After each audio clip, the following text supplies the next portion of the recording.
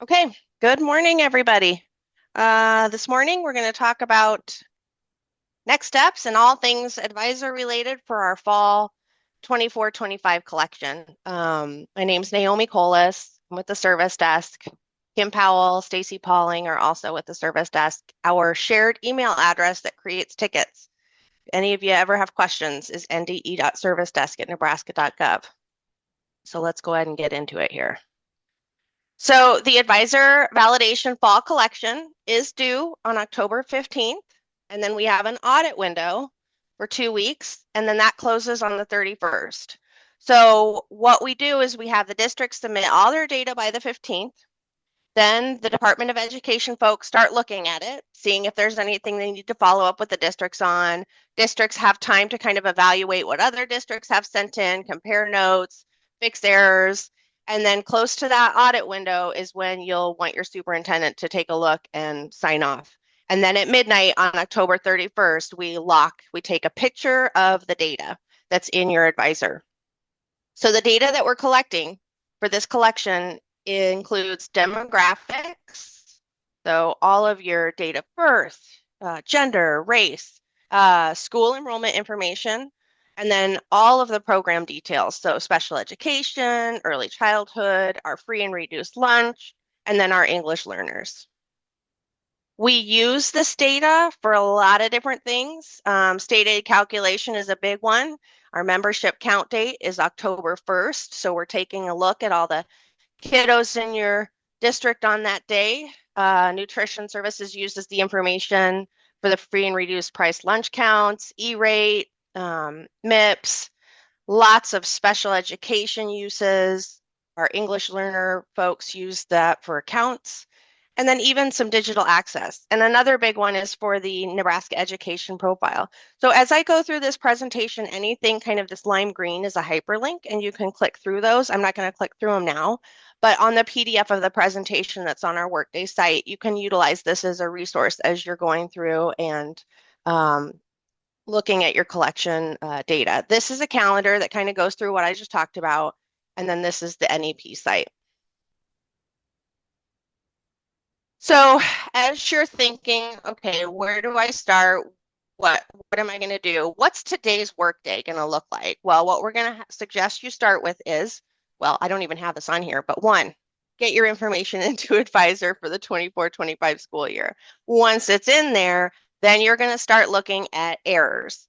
And you're going to specifically focus on the school year 24-25. We do have the follow-up collection open right now, which is related to 23-24 data. So if you have questions on that, we can help you with that. But right now, this presentation is focusing on solely on fall data.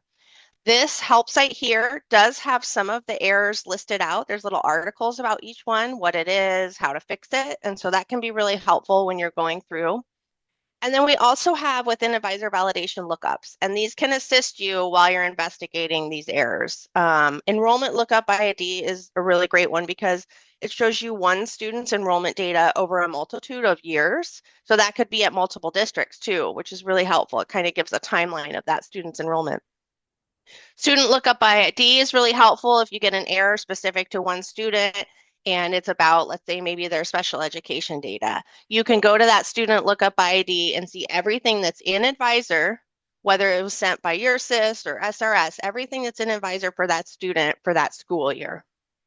And then there's a couple other lookups, the student lookup by demographics and the special education lookup that can also be helpful.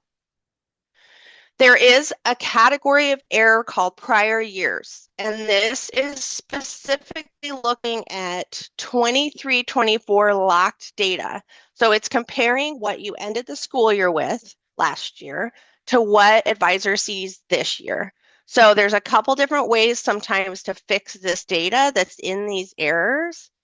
If the correction is needed in 23-24 and the follow-up collection is open, which it is today, September 26th, then you can make that update if it's specific to enrollment data in 23-24. However, if the correction is needed and it's not related to enrollment data, contact the service desk because there may be some alternative methodologies to fix that error and or report the data in 24-25. We do have quite a few new errors for the 24-25 school year, numbers 803 to 811. We did a couple bulletin announcements, and I've linked both of them here. Those list out all the new errors. It doesn't mean that you have them, it just means that there's possibility of you having those errors in 24-25. So once you've gone through your errors and either fixed them or marked them as kind of unresolvable because they're just going to remain because the data is correct, which is possible, you're going to go and look at your verification reports. So for 24-25, we've got a list. It's at the bottom of this website, the help site, in the article attachments. And it's going to list out every fall specific verification report, and you're going to review those and or save and print them off for other staff to help you review the data.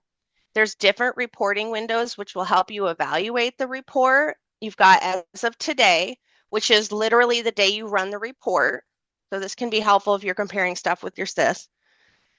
But then really specific to the fall collection is the as of October 1st reporting window. If you see this in a verification report, it's really going to be important to review this one because this is the data that's going to be locked at midnight or we're going to take a picture of on October 31st. So that's that membership count date. Other helpful reporting windows that you may see is full year, and that displays any students enrolled in your district. So that could be before the start of the school year, which is really helpful if you're evaluating maybe kiddos that you wanted to transfer out before the school year started. All right, once you've looked at your errors, you've evaluated your reports, and it's close to October 31st, then you're going to have your superintendent log into advisor validation, look through the list of reports, make sure they've reviewed them, and then they're going to sign off. We don't open that sign off until a couple days before the 31st. So if they look for it around the 15th, they're not going to find it because we don't have that open and available for them to sign off until the very end of the month. Because again, remember, we're in that audit window and other districts are looking at your data and the Department of Ed is looking at your data. And so there may be some changes needed after the 15th. If your superintendent is new and hasn't done it before, there are some instructions linked here that you can share with them. Okay, so a couple new data elements and just general information that's new for the 24-25 school year. We did have a change in the name of the 200 exit withdraw code. So now it's the intra-district transfer or enrollment change. Because prior to this year, it was only marked as an intra-district transfer, meaning a transfer within your district. But we realized that folks also needed a way to be able to change enrollment data. So change residency status, change the FTE, maybe even change the resident district. And so this 200 code is kind of an in-between, and it allows you to go from one type of enrollment to the next type of enrollment. There is expected to be an entry type of a 100 following that exit code, because the 200 doesn't mean the student's exiting your district. It just means there's a change in their enrollment. So advisor is going to give you an error if it doesn't see something come in after that 200 exit. Another new item for 24-25 is an element called dismissed via IEP review, and this is specific to the English Learner Program. And this is used when a special education English learner student is removed from having to participate in English learner programs and assessments as part of their IEP review. So the SPED program's alternate assessment flag is going to continue to be used to determine whether or not a student should be taking the ELPA or the ELPA alternate assessment.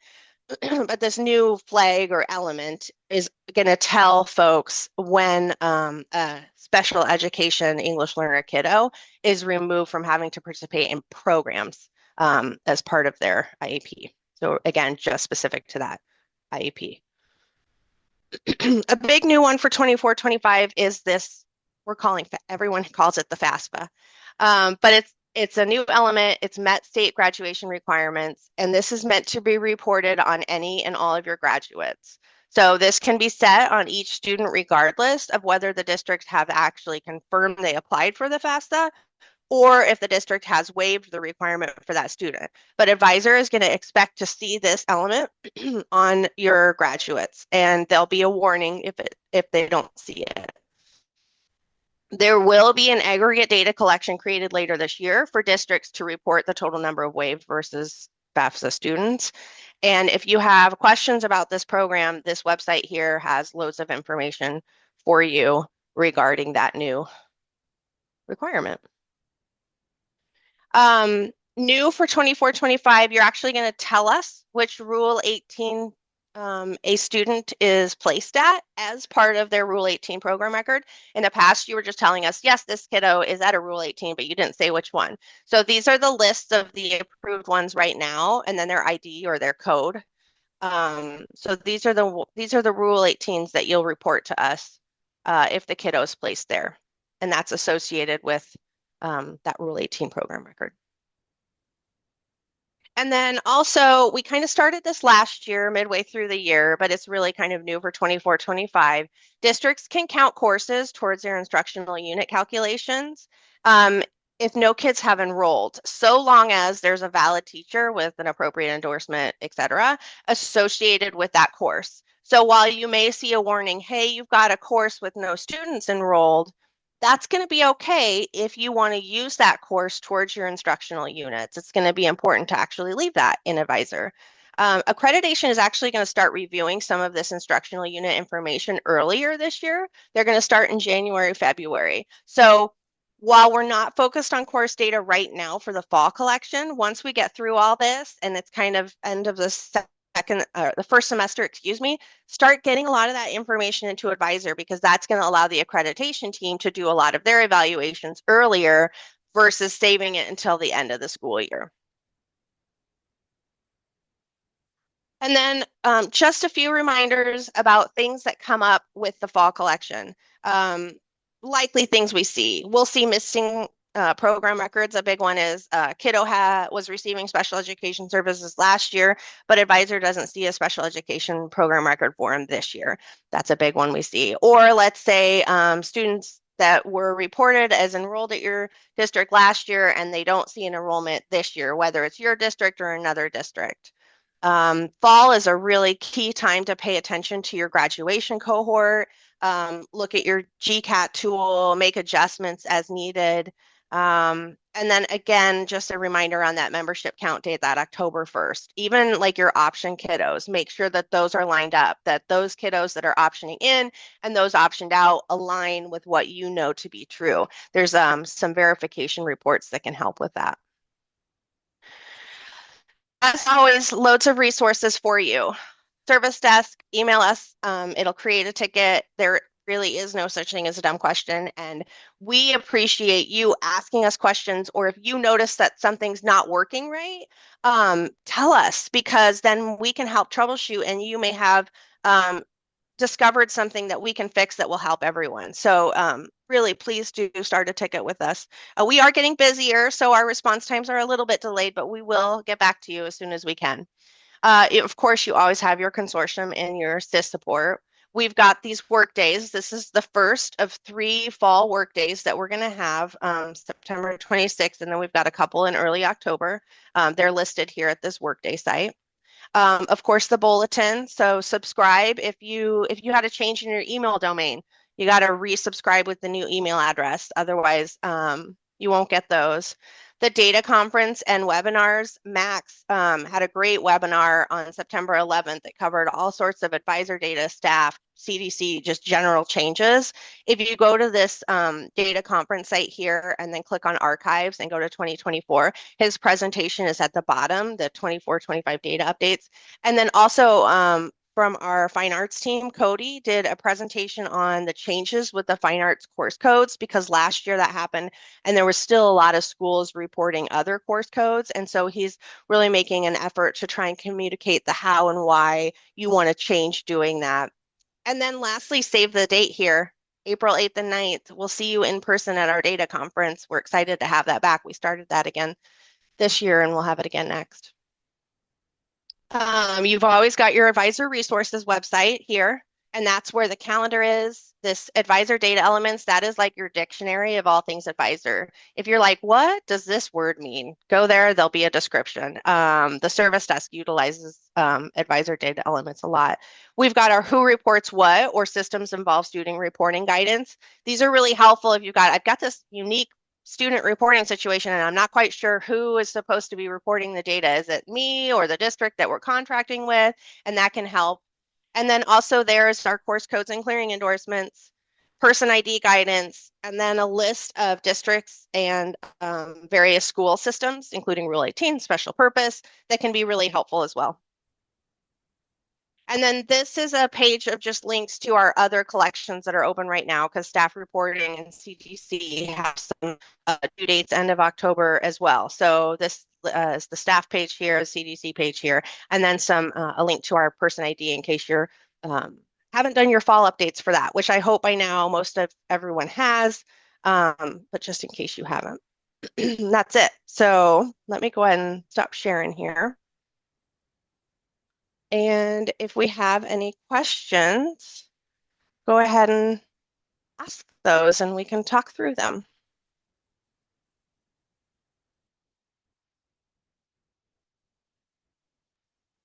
Or if we don't have questions, we can stop the recording, Melissa, and we can. My only question, sorry, go ahead. Oh, sorry. This is Emily from EduPoint. I just wanted to check on the really keen error that was in Advisor. Has that been resolved? I think there's been some confusion around it, and I know we have at least one ticket on it. And Max and the team, we were talking about it yesterday, and I think we still need to take a look at it. He thought he had it resolved, but basically, from what I understand from Max, and again, I have to clarify this, any Rule 18, so the numbers I shared in my presentation, did you notice they all ended with 000? Because that's the administrative level of that Rule 18. Now, each Rule 18 also has school numbers. It's probably 001, 002. The way Max described it is any of those numbers should be allowable into advisor validation. So, but I think we have to look into that error because I think something's not lining up right. So more to come on that. But you should, whichever SIS, be able to send in the 000 number or those school specific numbers, the 001, 002. Awesome. Thanks. Naomi, my only question was, yesterday I had some trouble with the links on the Who Reports What page. Yeah, so that and also even Wayne showed me how to get around that, but it just seems also like it just loops back to the main page. So it really wasn't a lot of help. So sorry. Yeah, so those two guidance documents are actually a couple years old. The agency has been making a renewed effort to really focus on doing those because as we've all experienced, we have students in really unique situations and we may not have guidance around how to report that situation. So there's been a lot. So we haven't released a new updated version of that guidance. We've known those links don't work because they go to an old version of systems involved student youth.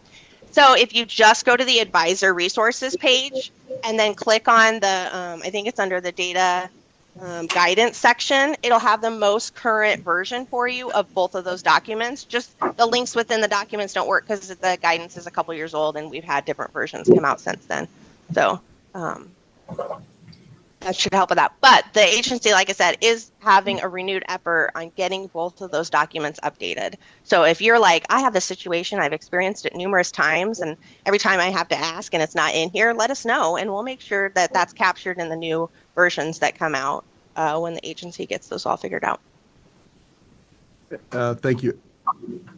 Yep. Naomi, I have a question on that 200 exit code. Like you said, you could use it for FTE if you're changing an enrollment. Yep. So when we have a student in the high school and then they switch their FTE to attend our alt ed, they're still in the high school. So we use the 200 exit code to start their new enrollment in alt ed because their FTE changes. Okay. Okay. So I use 200 when I exit them, but when I enter them back in their new enrollment, I'm looking at mine. I used, let me see, make sure I'm right here. You want to start the next one? with the 100. Yep. And that should be fine as long as the dates aren't I know overlapping. my dates are, and I got to figure out why. I didn't think they were, but every single one I did that of kids that started and went tall Ted, they're overlapping. So that's one thing I got to look at when we do breakouts. But yeah, so use 200 to exit them, 100 for the new enrollment. To re-enter. Yep, to re-enroll. And Advisor is really picky. It's very black and white as a system with dates. It's like, this is the date, that's the next date. And so it really doesn't like any overlap. I know. And I'm sure it's, in my mind, I have it right, but in an advisor's mind, it's not. So I do want, I'll have Wayne look at that. So. Okay. There was a question in chat about the data conference and confirming the April 8th and 9th dates. So thank you, Jenny, for confirming that and sending the website. Any other questions before we open up breakout rooms, and y'all can go into rooms specific to your SIS or ask Rita questions if you have questions about SRS, or Kim and I will stay in this main room if you have NDE questions. And I will say, I know the service desk, some of you, like Brian, your question, I think that's a ticket that's probably in our queue. We just haven't gotten to. So we will get to it. And if you have any tickets and you're here today, let us know. That way we can just grab the ticket out of the queue and talk through things and make sure that your questions get resolved. So. Hey, Naomi, I do have one more general question. Sure. Okay. So with the EL students doing the new program now. Okay. So like we have to do a student program in PowerSchool to mark our EL students. Oh, the way PowerSchool is doing it is different than previous years. Okay. So I had my EL director do it. Okay, so there were 6 or 7 students that in my warnings or errors said they were EL last year, but not this year.